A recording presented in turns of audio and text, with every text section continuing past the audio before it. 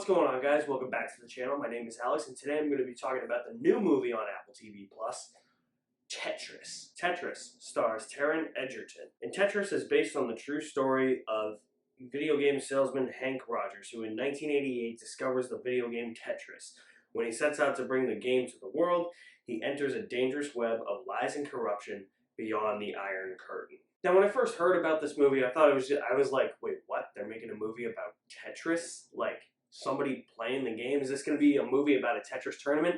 But it turns out it's more than that. And that's what I really like about Tetris, is that it's more about the man who brought Tetris to the world and made it popular, fought for exclusive rights to that game rather than the actual game itself. Yeah, there's things that are brought up about the game and the game itself. You have somebody playing the designer of the Tetris game in this movie. But what made this movie really appealing to me was that it felt more like it wasn't completely historically accurate.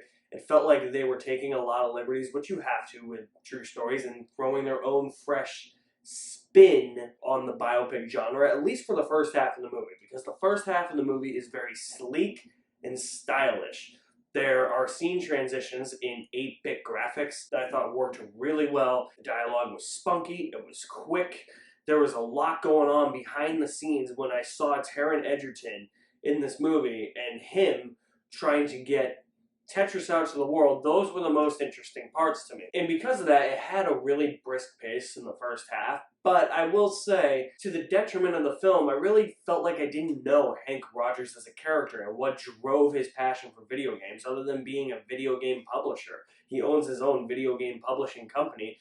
So other than that, I really didn't get his passion and the drive for the video game industry, especially when the video game industry started to boom and started to become popular in the late 80s. I wanted to see more of that side. I think Taron Egerton does a really good job as Hank Rogers. He's nowhere near as good as he was in Rocket Man, but man, this man is known for just the Kingsman movies. That's really what I associate Taron Egerton with, and I know he got nominated for an Oscar for Rocket Man, so that feels like it's probably taking something away from him.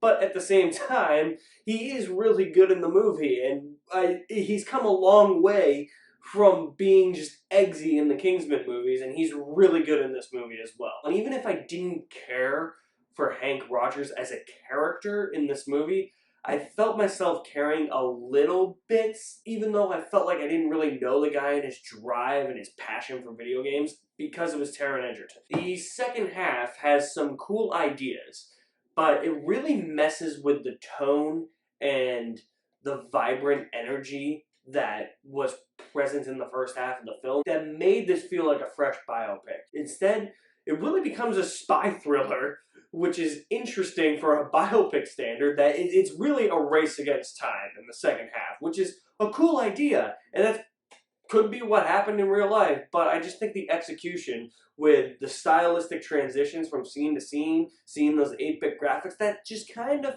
went away after a while, and I was enjoying the vibrant, witty, quick-paced, brisk dialogue that the film was offering us in the first half of the movie. Because of that, you feel like a lot of information just gets lost in the shuffle to the point where you start to get a bit confused as to what is actually happening and behind the scenes with the publishing rights to Tetris and who owns Tetris, and it got a bit convoluted, and after a while it felt like it was a paint-by-the-numbers biopic. But I guess even if the characters were weak, and even if the movie felt like it faded in the second half, I was here for Taron Egerton. I was here because I'm a video game enthusiast as well. I review video games sometimes, not all the time. I haven't reviewed Hogwarts Legacy, but that should be on the list, I would assume. Biopics, I'm always interested in biopics, and when you can have a fresh style to it, like the first half of this movie does, I'm there. I just wish that the rest of the movie was a little bit more solid. It is a bit of a disappointing movie, but I still say it is a solid watch, and I enjoyed it with more than half a bucket of popcorn. So if you have seen Tetris, I want to know what your thoughts on it are. Drop me some feedback in the comment section below. I'll leave my link to my website